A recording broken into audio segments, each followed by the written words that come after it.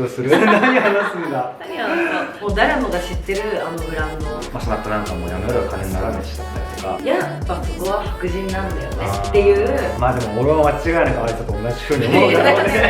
やっぱしんちゃんって変だよね、みたいな。はい、こんにちは、上野ありさです。そしてしんいちです。こんにちは。また、しんいちくんがね、前回の動画がこちらなんですが、前回の動画を上げた時にめちゃくちゃ反響があったわ。あったね。うん。私の方にもそのコメントが、みんながくれるコメントがすごいなんだろう、感化されて、結構見てくれた人はすごい好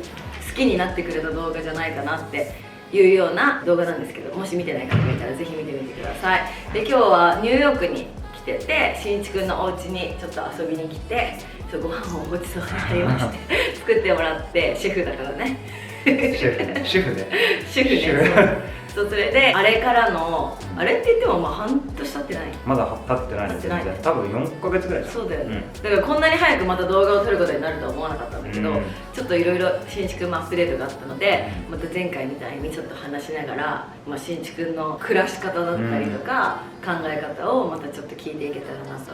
思ってカメラを回してます。よろしくお願いします。お願いします。前回どこで終わってるかからちょっとあれじゃない？まあ要は丁寧な暮らし的なところで、ルーティーンでコーヒーを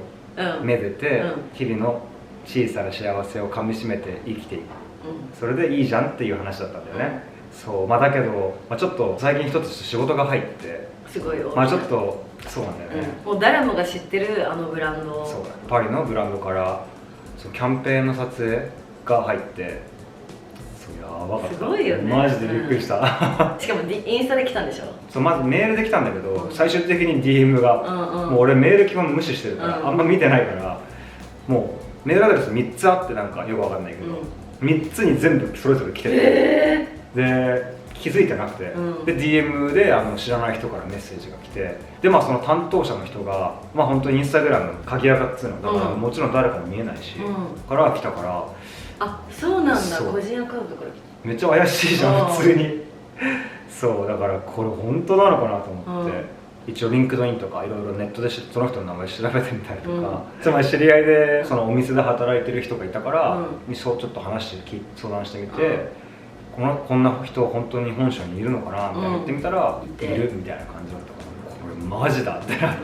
そしたらそこからポンポンポンと話が進んでいって、こういうのっていろいろこうフォトグラファーの案があって、一回全員に話を投げて、その中で良さそうな人みたいな感じなのかなって思ってたら、もうなんか俺で決まってるみたいなふうに言われて、だからそんなことあるんだと思って。多分俺キャンペーン撮影13年ぐらい写真やってきて、多分初めてだったから。へえ、そっか、すごいよね。そう、それでそれで撮影の1ヶ月前とかにギリギリで連絡が来て、多分結構ギリギリで決まった話っぽくて、でそれが中国のキャンペーンだったから、上海で撮影するってことになって、来月俺上海行くんだみたいな。なんか変わった部分ある？でも今はまだこの撮影段階で、俺らが今この動画撮ってる段階ではまだ写真が上がってないから、ただ特に変わったことはないけど、やっぱでも俺の周りの人々でそれを言った人にはやっぱすごい喜んでもらえるんで、やっぱ俺がどれだけただ単に自分のやりたいことだけをずっと続けてきて、写真においてはね、特にそんなに栄光みたいなものを味わったことがないというか、それを求めてやってなかったし、もちろんね、それももちろんやっぱそれがもちろんゴールじゃなかったし、自分がこういう人間なんだっていうものを自分に証明するためというか、自分の精神安定剤としてのやっぱアートワークだから、それは多分前回の動画でも話したんだけど、もちろんそれが大前提なんだけど、結局写真家とかアーティストとしてやってると、やっぱりそれは世間から見た時にそれが売れてなかったら、やっぱ売れてないアーティストっていうふうにやっぱ認識にはやっぱなるわけじゃん、とか頑張ってる人っていうふうに多分なるだろうから、やっぱそういうのって周りの人からにはやっぱすごい喜んでもらえる、まずそれはすごい思った、なんかすごいインスパイアされたって言ってくれた人もやっぱ結構いたし、そのしんいちくんがさ、もともと他人目線にならないようにみたいなことで前回のビデオとかで言ってたじゃん、で今回その大きいキャンペーンやるってさ、しないことを選んでたわけじゃないけど、自分から取りには行ってなかったじゃん。なんかいざそういうさコマーシャル的なことをやって、なんか変わった部分とか、マインド的な、自分でもそういう世界に入っていけるんだっていう、自信にはまずやっぱなったよね、そういう俺が今後どうなっていくかは自分でもちょっと分かんないけど、だしやっぱもうちょっとリラックスしてもいいのかなっって思うようになったというか、まあ、今基本的な生活の収入源は俺はもうずっと飲食店で接客業で収入が出て、それはもうベースとしてポンってあって、でそこに付随して写真の仕事がたまにあったりなかったり、これはもうなかったらないでいい、もうメインはその飲食店だから、それなりにもその自分のアートワークとしてスナップが写真があるっていうのがあったから、この仕事としての写真っていうのはなんかあんまりちゃんと考えてなかったし、そこでどうこうしていこうっていう気持ちももうあんまりなかったから、自分が心を閉してやってるアートワーク写真がそういうコマーシャルというか、まあ、簡単に言うとお金になるっていう、まあ、この感覚っていうのが、まあ、間違いなく自信には多分つながったよね。でその自信が多分余裕にも多分つながって、多分そのさっき言ったちょっと視野の広さ、視野を広げてくれたってことにもつながってるのかなっていうのは思うかな。その余裕ってさ、金銭面は関係ない？まあもちろん金銭もあるけど、まあ、例えばだけど別に俺だと貯金がないわけじゃないから、しかも独り身だし、金銭的に不自由してることはないんだけど、でもやっぱ今まで、まあこの10年間この間も話したけど、やっぱニューヨークの生活でもう金銭的に本当に苦しかったから、お金をたくさん持ったことだったりとか、お金をたくさん稼げたことが人生で基本的にないから、あと日本人マインド的にやっぱ常に働いてないといけないみたいな気持ちもあって、貯金ができたらじゃあその貯金を減らしちゃいけないって思っちゃったりとかするんだけど、まあ、今回こうやって実際体を動かして海外に行ってみたりして、でもちろんこの撮影のお金も入るわけじゃん。しかも決して少なくはない額が入るわけだから、なんかもうちょっとやっぱ心をリラックスさせて、じゃあちょっと一回ここはもう、まあ、投資だと思って、貯金がガッと減るかもしれないけど、じゃあもうちょっと旅行してみようとか、今まであんま旅行とか本当に興味なかったし、今回上海で得た経験みたいに海外に行くってこんなに視野が広がるんだっていうのをちょっと思ったから、だから一回ちょっと肩が力で、だから今9月に、まあ、パリに旅行しようかなと思って、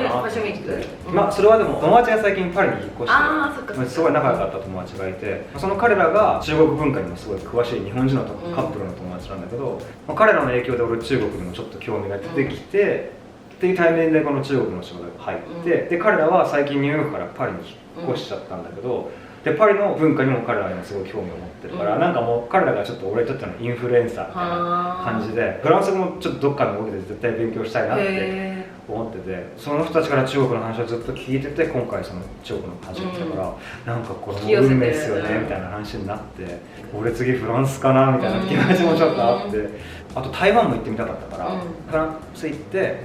あと日本にもちょっとおじいちゃんおばあちゃんに会いにまた寄って、で台湾寄って帰ってくるかなみたいな、まあ、ちょっと順番は分かんないけど、この3国次の旅行で1ヶ月ぐらいかけて来たらいいかなって思ってる。なるほどね。と結構これも自分でずっと考えてたのね、その自分の心の推移というか、自分がどう感じてるのかこの体験をっていうのを、そんなことを考えてたの？そう、行きの飛行機の中からずっと考えてた。やっぱそう考えることが結構すごいよね。なんかやっぱもちろん俺もめちゃくちゃ浮かれたよ、もちろん、もう本当に見たかって思ったし、誰に対してかはないけど、まあやっぱり俺も悔しい思いをしてきたことがあったから、世間から見た時に売れてないってなったらもっとこうした方がいいよとか言われることはもちろんあるわけじゃん、もうたくさんあったから、その向こうも好意で言ってくれてると思うんだけど、でもその度に俺はここまで考えてやってるんだけどなっていうのがあるんだけど、やっぱりその実績がないと言い返せないって部分もあるじゃん。俺が何を言ったところで負け惜しみにしか聞こえなくなっちゃうからもう何も言い返さないみたいな時とかあったからさ、それはちょっと正直すっきりしたというか、ちょっと気持ちよかった部分はあったよね。見たかっていうふうに思った部分はちょっと正直あった、まあ、例えばアーティストの知り合いだったりとか、まあ、もしくは経営者の知り合いだったりとかに、まあ、スナップなんかもうやめろよ金にならないしだったりとか、自分がやってることを否定されてもちろん嬉しい気持ちにはならないから、それは向こうが好意であったとしてもね、もちろんそんなことは分かってはいたんだけど、自分の中でもこう写真でやっぱお金稼いで頑張っていこうっていう時期と、やっぱりもう飲食に戻って写真はあくまで自分のアートワークとしてやっていこうっていうのを俺はもうこう行ったり来たりをもう10年繰り返してきてたから、やっぱり自分のアートワークをもう純然たる自分のアートワークにするんであれば、仕事にしちゃうとさ、どうしてもこうブレてくるじゃん。だからだったらそこでお金を稼ぐってことを考えない方が自分としての純度は高まるっていうのももちろんあるから、まあどっちがいいとはもちろん一概には言えないんだけど、本当その人のタイミングとかにもよるだろうし。けどそもそもみんなお金稼ぐことに必死だから、じゃあ好きなことに時間を使いましょうってなった時に、使える時間が本来限られてるわけじゃん、けどしんいち君ってそこをさ、じゃあ写真が好きで撮ってます、スナップ好きで撮ってますっていうので大体みんなお金に変えたり、お金に変わらないとやめちゃうはずなの、だけどそれを趣味としてでも、自分のなんか残るものとして、自分の、アイデンティティとしてでも、そもそも続けてるってことが、みんな続けたくても多分特に日本とかはさ、大体じゃあ仕事しますってなったらもうフルで入っちゃったらさ、週5で出勤して、でスナップとかじゃ取りたいってなってもその時間がなかったりとかさ、で結局休みの日は休みたいってなっちゃうじゃん。だからそれがいいバランスでさ、自分が納得するバランスで続けられてるのがすごいよね。まあでもそれはニューヨークだからっていうのがまず一つあるかもね、後ろ指刺されることもあんまりないし、日本にいたら俺同じことできてたかって言われると、自信はないね。しかもそのニューヨークだと飲食店で働くとそれなりにお金になるから、週3回とかの労働で意外と生活が成り立ったりするから、その贅沢をしないんであるのね、俺はもうその飲食の仕事も基本的には必要以上には稼がないっていうのを決めて、必要最低限のお金だけ稼いで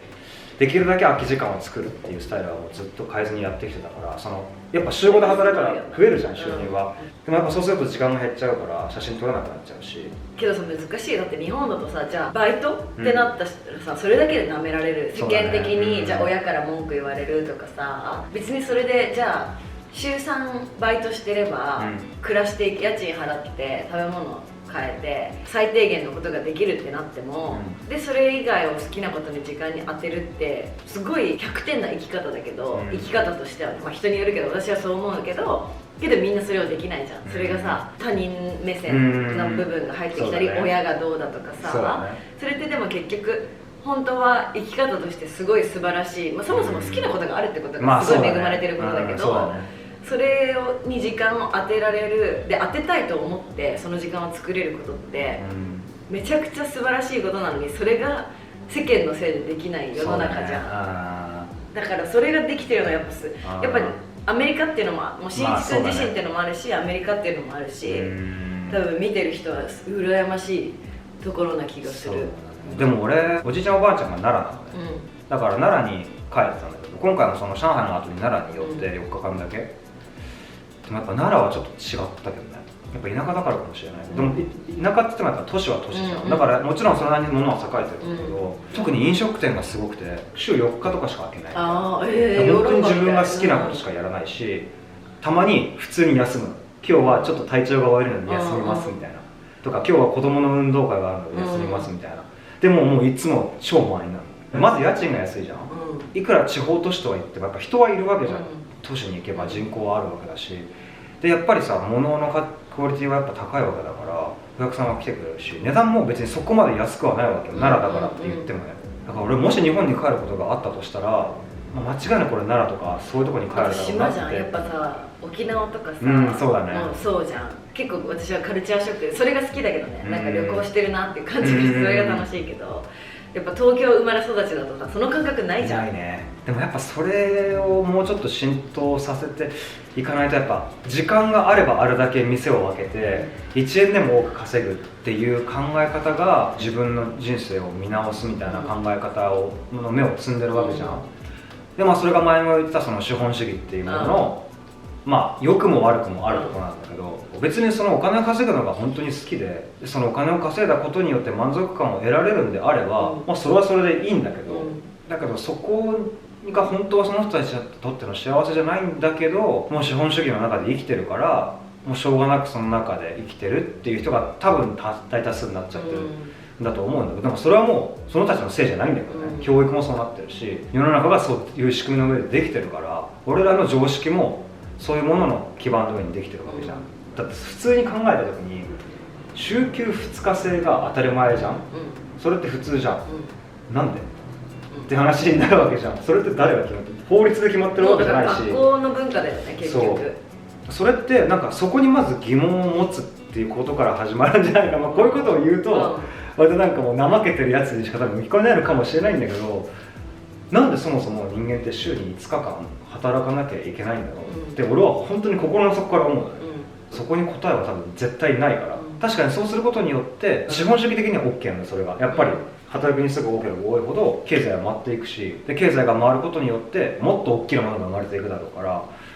だからもちろんその上にいる人たちからしたらその方がありがたいだろうし、疑問を抱き始めちゃったら生きていけなくなっちゃうからっていうのがあるんだろうけど、でも俺は週5日は働きたくないし、それやると俺はもう心のバランスが崩れるの自分で分かってるから、必要になったらやるんだろうけどね。特にでもニューヨークだったらそれが必要になることって、まあ、昔はあったけど今だともうないから、すごいよな。でも週5日俺は働きたくないってちょっと働けないから多分で自分を分かってるのもすごいと思う。まあ、ね、で私ダメだからダメになっちゃう。働かないと、まあ週5で働かなきゃ無理っていうわけではないけど、休みがある、暇が無理。まあでもその暇の定義っていう話にもなってくるんだけどね。俺も暇が無理だったから同じだよ。やっぱ東京で育ってるし、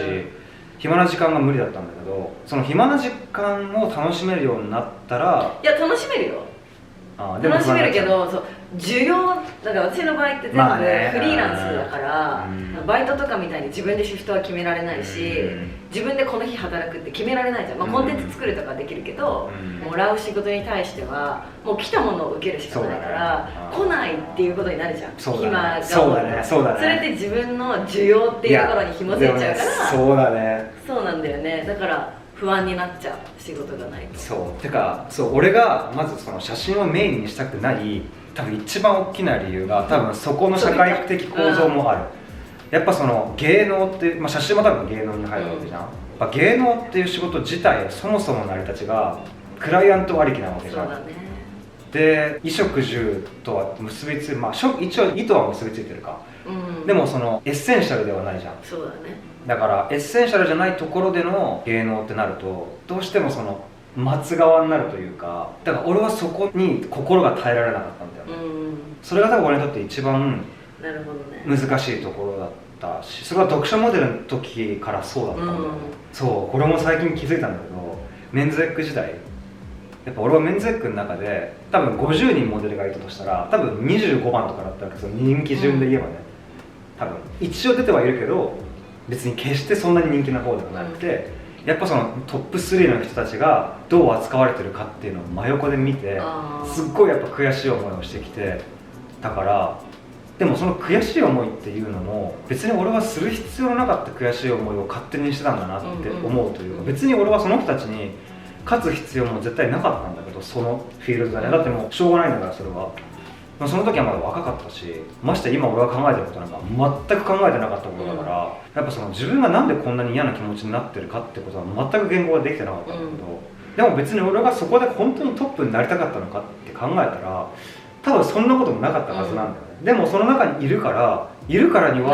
ならなきゃいけないっていう同調圧力じゃないけど、っていうものがあったから、もう自分を自分でそういう風に思い込ませてたというか、もっと違う考え方絶対あったはずなの。今のこの気持ちで俺あの時に戻れたらもっと楽しめてたと思うし、その時にまあそれは年齢もあるよね。そうだからそれはもちろん後悔してるとかじゃないんだけど、その時の気持ちが今だったらなんでだったのかが理解できたというか、多分もっと楽しみ方があっただろうし、だけどそれはしょうがないんだよ。その経験があったから逆にこの苦しさってものにつながって、それが今の人格形成につながって、今やっとこういうことで言語化できるようになってるわけじゃん。これがいいことばっかりだったらこんなことを言語化できるような人間に多分慣れてないはずだから、考えないからさ、そもそも。そうやっぱそういうところでのフラストレーションだったり、うまくいかないなっていうことが写真でも同じだったから、俺はメンズエッグでも写真でもやっぱ周りの人がどんどんこううわーっと突き抜けていったりする中で、一人悶々としてる時代っていうのがどっちにしろあったから、その中で考えたことっていうのが自分目線で物事を判断するっていうところに多分大きくつながってってる部分があるから、結果的に俺はこれでよかったって思うんだけど、ただじゃあ昔に戻りたいかって言ったら絶対戻りたくないんだよ。だからもう10代とか20代はもう絶対にもう苦しすぎたから、今思えば。そうか。でもなんかさ、そのメンエグの話じゃないけどさ、私とか結構海外のブランドトリップとかプレスツアーとか行くじゃん。で、まあ、規模的に10人ぐらいの時もあれば、100人規模の時とかもあるわけよ。マジで。そうで100人とかになるともう世界各国から日本も私だけじゃなくて何人かとかで、大体そういう時ってアジア人のテーブルって海辺じゃないわけ。わかる？じゃあ海辺のレストランだったら海辺は白人でもアメリカは絶対いるし、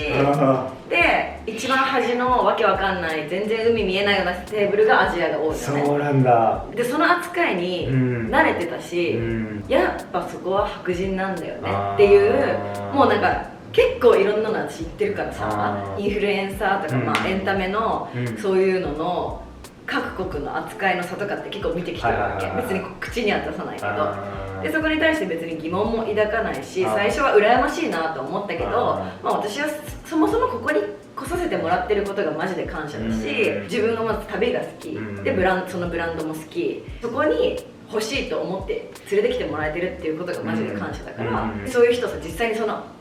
海辺の扱いをされてる人と同じレベルっていうか同じことに呼ばれてるわけじゃん、いやでもなんか私結構いろんなブランドトリップ行ってるけど、全然アジア人のテーブルとか変なとことかにされるのとか普通だから何とも思わなかったとか言ったら、だからダメなんだよみたいな感じで言われて、なんかそこで立ち上がってちゃんと声に出さないとずっとその扱いだよみたいな感じで言われて、けどそれってマジで考え方の違いで、まあそうだね、難しいところだね。私はもう与えられてることに感謝するし、もちろんいいな、海辺、私も海辺でのそこ座って写真撮りたかったなとか例えばあるけど、いやーでもそれは難しいところだね、確かにどっちの言い分も分かる、そうなんだよね。まあでも俺は間違いなくあいつと同じふうに思うだろうね日本人って方からこんなんだよな、日本人ってって思ったけど、でもただでホテル泊まれてるじゃんみたいなふうに思っちゃうよね。こんなとこ来れないよみたいな。そうだよね。もしそれがエイジアンがそういう扱いを受けてるんだったら、もうワンレイヤープラスでそっち側の人に、それは確かに言っていかないと、その差別意識っていうものがなくならないっていう、それは確かにある、分かる、それは。これは日本じゃ見ない光景だなっていう感じだった。だから結局その場に放り込まれていい扱いをされてる人たちを羨ましくこうなりたいって思うのか、でも私結構その読モ時代とかからこうなりたいとかあんまなかったかも。でもなんかやっぱアリサってさ、俺の中ではなんか全てがトントン拍子でうまくいく人っていうふうにやっぱ見えちゃってたから、なんかあんまりその辺に関して具体的に聞いたことないじゃん、どっちかっていうと外野として見てたから、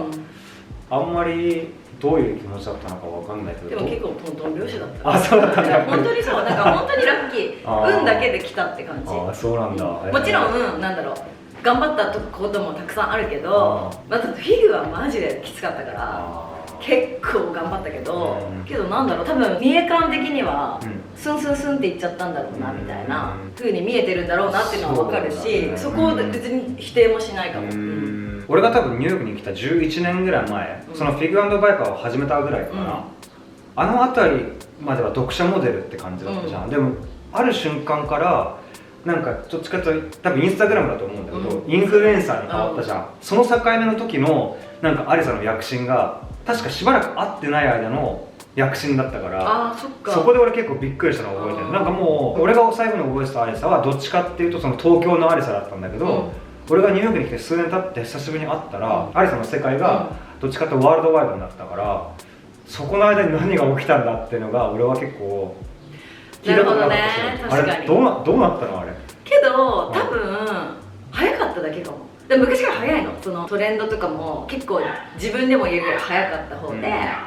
でインスタもまだ多分日本とかで誰も使ってないような時に海外に行った時にの友達が今まで Facebook 交換しようだったのが Instagram 知ってるってなってたのね。それ TikTok のミュージカルもそうだったんだけど、で最近すごい Instagram って聞いてくるな海外の人たちと思って、あ、じゃあインスタグラムは英語で発信しようみたいな。で日本とかもそう全然誰もいないような時にスタートダッシュでボーンって多分5万人ぐらいとかいったフォロワーが、みんながアプリを持ってない時に、それで英語で、まあ、拙い英語だったけど発信したりとか、あとその時のファッションとかも奇抜だったから、それが多分リーチしやすくていろんな人に。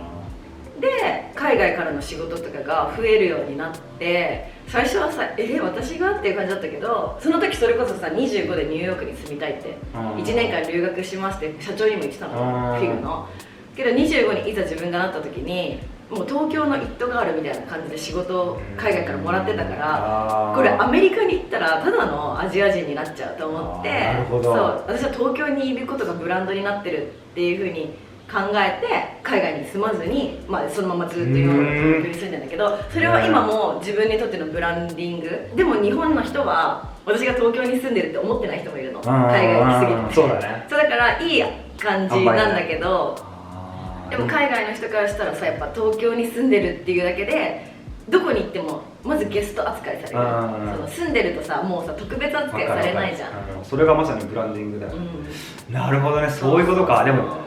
だから東京にずっといるんだね。まあ好きだしね。なるほど。まあ今自分がさ、もうまあキャリア一旦落ち着いて、もちろん今やってることは続けるけど、前みたいにあれもこれもこれをやりたいあれをやりたいっていうアンビシャスではそんなにないから、まあできることがあるならやりたいけど、どちらかというともうちょっとパーソナルなことっていうか、家族子供を作ったりとか、そっちに30代はさもっと目を向けて行きたいから、もしかしたら東京じゃないところに住むかもしれないし、分かんないけど、まあでもそうだよね、今自分でもしたことはもう一区切りがついてるから、もうここからは別にあんまりそこがなくてもね、関係なくなってくるかもしれないよね。結局だってどこに住んでるかなんてもう分かんなくなってきてるわけだからさ、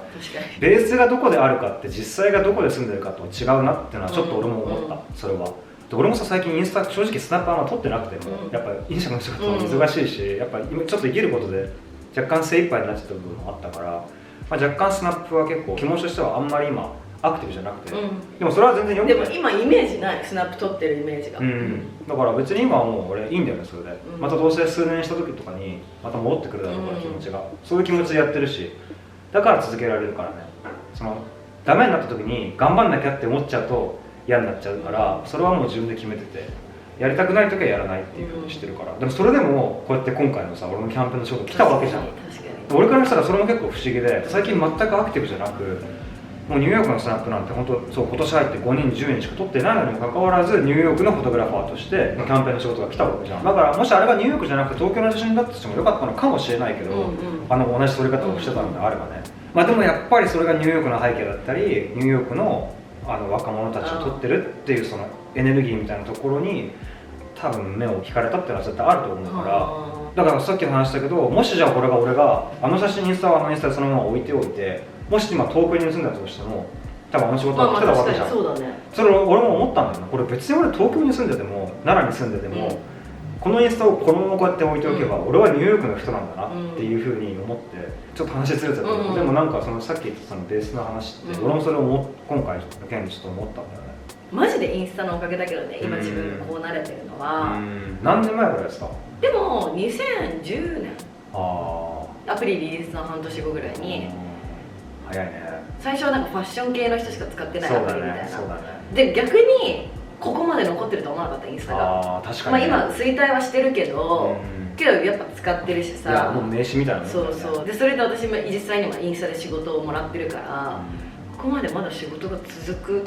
くんだって、あと 2,3 年だな、あと 2,3 年だなって思って10年以上こうなってそうやれてるから、本当に感謝だけどね。だってなんかDJ の人とかも一緒にさ、なんか動画出てたじゃん。 iPhone。 そう iPhone だよね。CM でさ、だから曲をやった。歌ってたの？あれ5年ぐらい前だっけ？5年前ぐらいだね、5年前ぐらい。多分その辺から俺の中でのこのアリさんのイメージがガッて変わって、住んでもないのにビザ取ってね。そうで俺はまあそんなに常に連絡取るわけじゃないじゃん。たまにそういうのが出てきて見てやばーってなって、こんなことになってんだみたいな、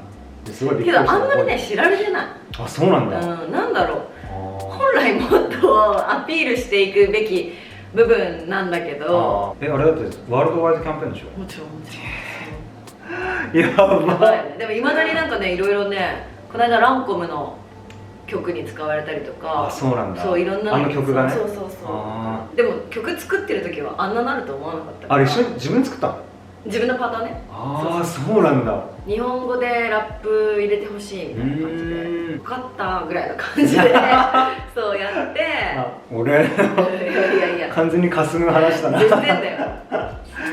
すげえな。でもなんかやっぱ俺の中でアリサってやっぱ常に世界が違うし、目指すべき対象でもないんだけど、全然違うからこそいい物差しでまあいい物差しでってめちゃくちゃ偉そうだけど、下の人間が上の人間の物差しで測るってあれだけどどの立場だよそれそうだね、上の人間が使うことはね。それでもまあなんかこう、まあ俺の個人的な話ね、自分の中で自分の世界を作るってなった時に、やっぱりさ話に出てくるわけじゃん、アリサっていう人の話がさ、やっぱ自分の周りで頑張ってる人ってなった時に同世代で、しかももともと友達だったしっていうのもあるから、まあ比較されたこともやっぱあったし、まあ比較ってことでもないけどね、こういうアリサちゃんすごいよねみたいな。でそこでアリサに嫉妬するとかももちろんないんだけど、そうやって比較されることによってでもやっぱり俺は違うよねっていうふうに多分いろんな人がいたわけよ、そういう比較されてきた人みたいなのがあって、でそのために傷つくことももちろんあったんだけど、そういう人々の言葉で自分の心に改めて問いかける機会っていうのがやっぱりできたというか、だからやっぱ常にこうアリサっていう存在はどっかここの辺にずっと俺も本当けどもう根本違うからね、うちは性格が。そうだね。私はもう何でもやりたい、何でもやってみますイエーイみたいな、暇無理っていう感じだけど、だからすっごい面白いと思う、しんいち君が。違うし、だけど言ってることがすごくスンって入ってくるんだよね。でもさ、それもさ、多分5年前だったらさ、そう思ってくれてなかったじゃん、多分。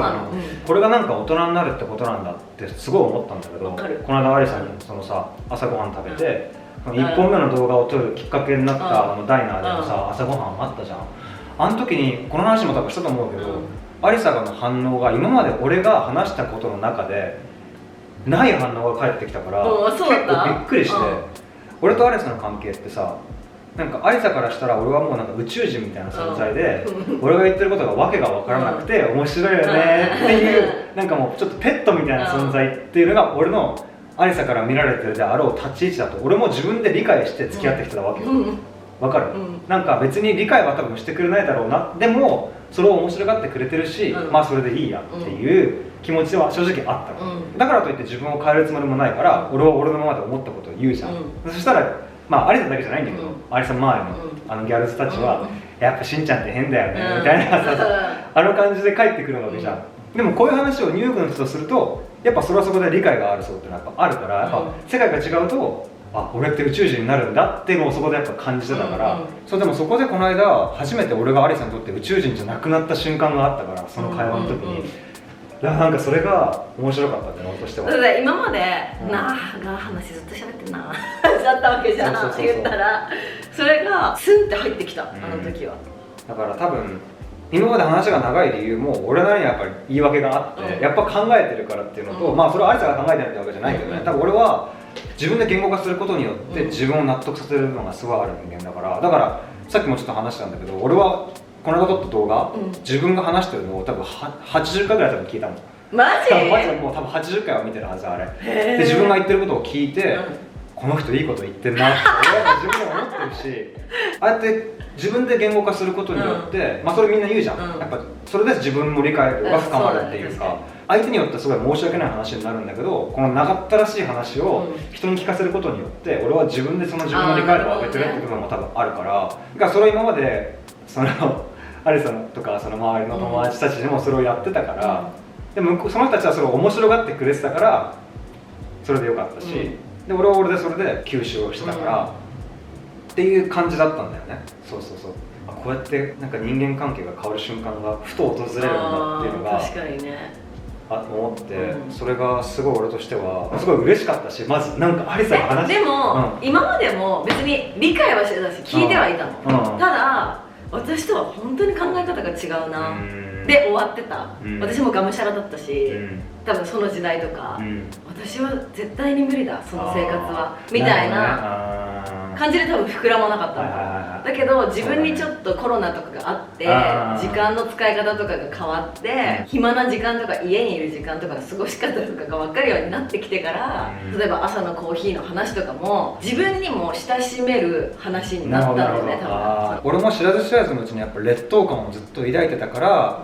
そういうふうに思ってた部分も絶対あるんだよね、だってそうじゃん、結局アリサの話したところで別に分かってもらえないかもしれないみたいな、そういう気持ちも多分絶対どっかにあったんで、でもそれは絶対劣等感から来てる話だから、本当に劣等感がなかったら多分そんなふうに思わないはずだから、でそれもずっと自分で思ってたんだよね。多分俺はなんだかんだでやっぱどっかで納得はしてるけど、どこかで劣等感は絶対感じてるんだろうな、でその相手に対して自分が言ってることが響いてないっていうことに対するやっぱちょっとした自分に対してのディサポイントメントも絶対どっかにはあったんだけど、でもそれをそうやって面白がってくれてるっていうところでちょっとこうキャラクター化することによって自分をごまかしてたみたいな部分も絶対あったから、それもねもうずっとこの10年多分20年か多分15年多分アリサに話したこと多分なかったと思うけど、多分そういうふうにまあ分かんない、アリサがどう思ってたか分からないし、実際分かんないんだけど、俺が勝手に一人でこう、俺そういうタイプの人間だからそうそうそうそうかそうか。今こうやってこの話をできてるのも大人になったからなのかなわかんないけど、なんか面白いんだよね。こう結構マイルストーンというか、要所要所で現れてはお互いの確認作業をして自分の立ち位置を改めてこう認識できる、そういう人がこういる中の多分一人っていう嬉しい感じだと思うから、次さ、今度動画撮るときさ、お悩み相談やってほしいみたいなの来てたからさ、次はそういうのじゃない？次いつニューヨーク来るの？予定じゃない？俺次にまあ、ズームでもできるから。まあ確かにそうだね。電波さえ良ければ。あどうなんだろう、ズームでも皆さん見てくれるのでしょうか。もし需要があるのであれば。じゃあそんな1時間喋ったからね、もう。オッケ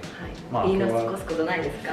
まあ特にないですね。今回はちょっととりあえずもうね。ライフアップデートライフアップデート、もちろんもう自慢したくてしょうがないし、そもそもね。そりゃそうだよ。もちろん名前ももちろん言いたくてしょうがないし、もう街中走り回りたいもん、それ持って。間違いない。